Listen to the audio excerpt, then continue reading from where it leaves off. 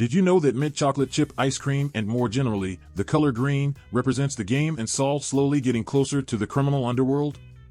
In Season 5, Episode 3, titled The Guy for This, Jimmy is enjoying a mint chocolate chip cone of ice cream when Nacho and Lalo scoop him up and introduce him into the cartel world.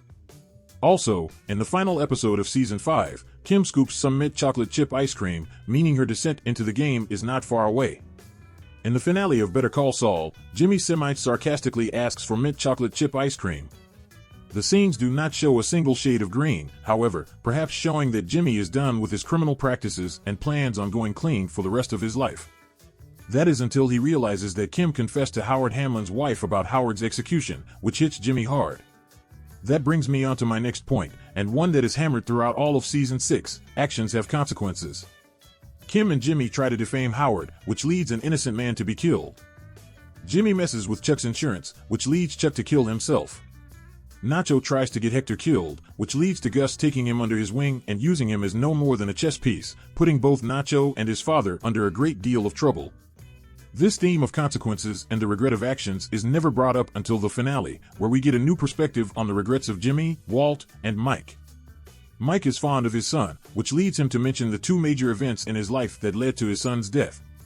Jimmy is fond of money and conning, both of which led him to his life as the criminal lawyer Saul Goodman. Walt is fond of his ego, leading him to mention the one thing that could have immortalized him as a genius, gray matter.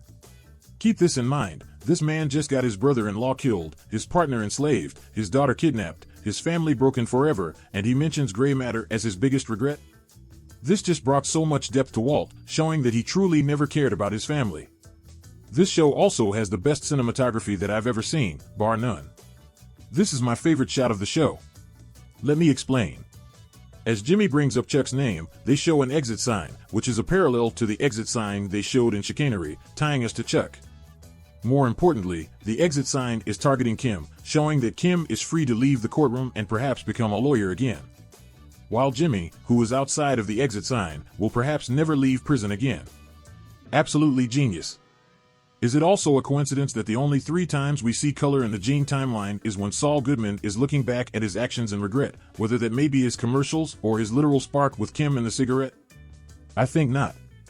The butterfly effect is also very prevalent in this story.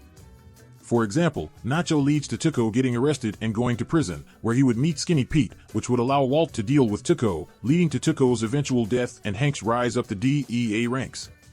Pretty neat. Also, Jimmy's mall heist with Jeff opens a moral pathway to committing murder, which leads him to get arrested because he just can't stop himself from being Slippin' Jimmy. As Chuck said, he'll never change. Despite running away from responsibility his entire life, he owns up to everything in the finale, showing Kim that he is indeed capable of change. This leads Kim to go back to being a lawyer. As Kim leaves the prison, Jimmy hits her with the finger guns, and Kim hits him with a subtle finger gun back. Then they really hit home how Jimmy is going to spend the rest of his life here. But it's alright because Kim is free, and that's all that ever mattered to Jimmy.